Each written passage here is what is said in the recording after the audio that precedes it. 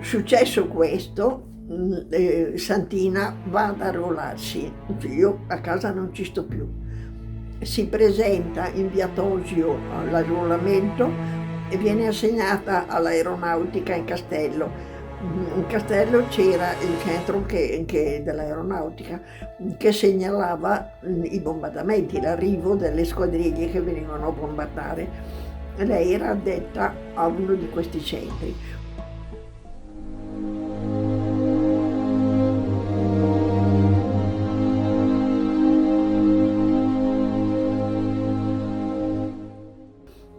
Al 25 aprile parte dal castello, viene giù, cerca di raggiungere il Vescovado, dove si rifugiavano all'ultimo disperato tentativo di salvarsi, quelli in pericolo. In Vescovado i partigiani non osavano entrare. Non so se ci fosse una guardia armata o no, ma comunque lì era un posto dove più o meno cercavano di salvarsi.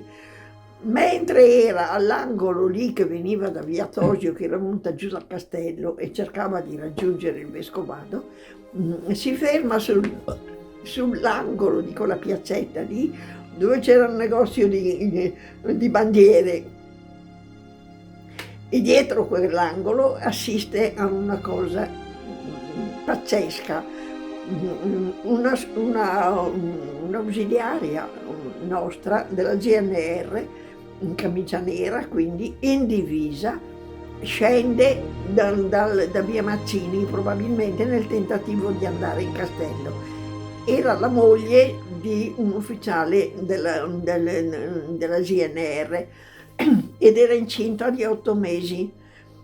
Arrivata aveva un pancione, poverina, perché è come normale, questi qui la bloccano, ammazzano lei a pugnalate, le aprono la pancia, tirano fuori il bambino e prendendolo per i piedini gli spaccano la testa contro il cordiolo del marciapiede, gridando un fascista di meno. La madre era già morta naturalmente. Lei è riuscita a salvarsi in Vescovado, è riuscita a raggiungere il Vescovado e si è salvata in quanto quelli dell'aeronautica non avevano la divisa grigio-verde con la camicia nera come tutti quelli, ma avevano una specie di camicione grigio-azzurro, i colori dell'aeronautica. I partigiani l'avevano vista e uno di questi dice: "Quella è un'ausiliaria", e un altro dice: "No, non è possibile, ha i capelli troppo lunghi". Ma siccome appunto quella divisa lì non la conoscevano, l'hanno lasciata passare, è riuscita a infilarsi in Vescovado e a salvarsi. Beh, questo è quanto. Lei ha raccontato a noi, sue sorelle d'armi, così ci chiamavamo noi.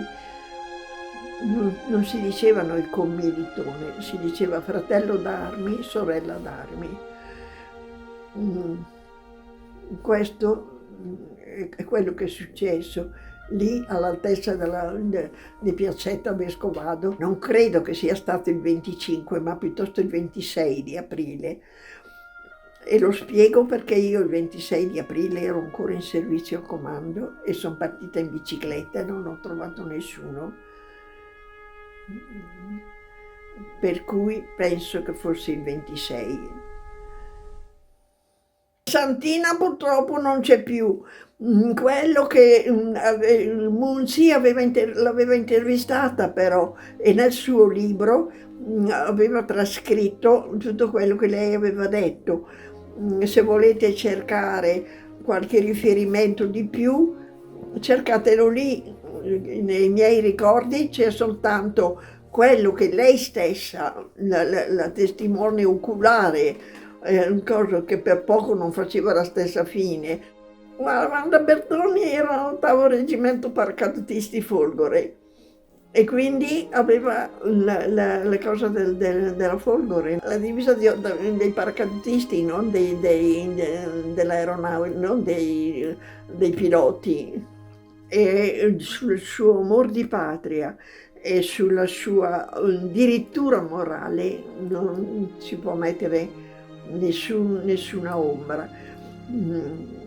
Posso affiancare quello che dico io a quello che diceva la Lea, e quello che dico è questo, e lo dico chiaro, molto chiaro, perché i giovani d'oggi non hanno davanti niente, nessun obiettivo da raggiungere, niente, lo spirito non esiste più. Esiste solo lo stomaco, la pancia, la discoteca, il pub, non so cos'altro. Non li conosco neanche, non riesco neanche a enumerarli. Comunque, una cosa vorrei dire ai giovani d'oggi. L'essere umano non è fatto soltanto di carne e ossa, c'è uno spirito, quello che, anche se qualcuno dichiara di non crederci, sopravvive, perché abbiamo tante prove di questa sopravvivenza, dell'esistenza di questo spirito, oltre la morte fisica. Per cui io dico ai giovani d'oggi, non siete fatti di sola carne ed ossa. Di carne ed ossa lasciate che siano fatte le mucche, i bovini, o qualsiasi altro animale che serve per l'alimentazione umana. Pensate che avete anche uno spirito e che questo spirito ha dei valori, ha delle caratteristiche che forse noi eravamo troppo più spirito che materia, ma oggi siete solo materia e non avete più spirito. La religione non c'è più. Vorrei dire una brutta frase anche volgare, la religione è andata a puttane. La famiglia hanno fatto del loro meglio per distruggerla. E sapete come hanno fatto? Io vorrei leggervi, se c'è la possibilità di farlo, il decalogo delle indicazioni che il Partito Comunista negli anni 44, 45, 46, 47, 48 dava ai suoi accoliti, ai suoi agitprop, agitatori di propaganda.